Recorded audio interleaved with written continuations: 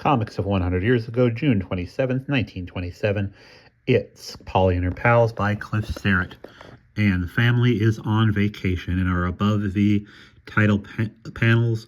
Two carrying cases are carried down to the seashore. The cat and the dog jump out.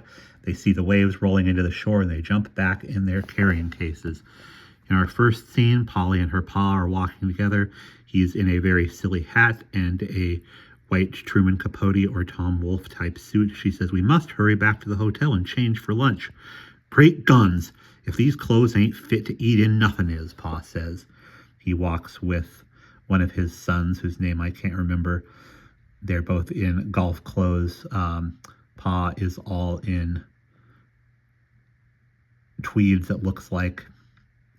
The son says, "That sure is a swell golf suit Polly picked you, Unc." "Ah, shut up," he says. I guess that's his nephew, not his son. Now, Pa is in what looks like an explorer's outfit with a pith helmet. Polly is in an alpine outfit. Pa says, "Get into my alpine outfit. What for?" "We're going to climb a mountain, silly. What do you suppose?" And now Pa is in a very silly alpine outfit with cleated boots, a rope, and a pickaxe, and a feather in his cap. He says, "I hope to heck I fall off, doggone it." "Shake a leg, Pa. The gang's waiting." Pa sits in a chair with his legs crossed. This hotel they're staying in looks very much like the house they live in.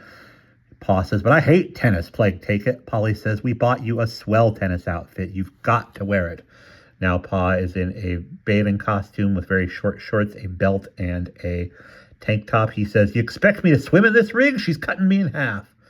"Don't be a pill, Pa," says Polly, who is in a tasteful one-piece and high-heeled slippers.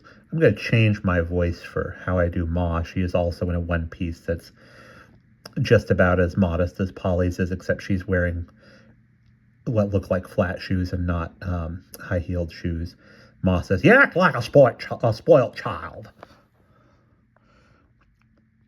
Pa stands in a three-piece suit with vest, trousers, jacket, and tie. Ma is getting ready.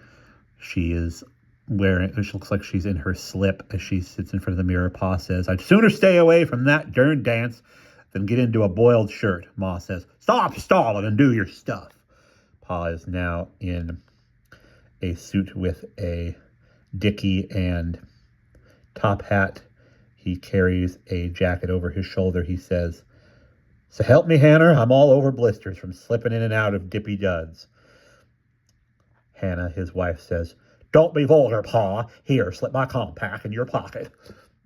His collar pops and he says, "My stars, Susie, you call that clown suit a pair of pajamas?"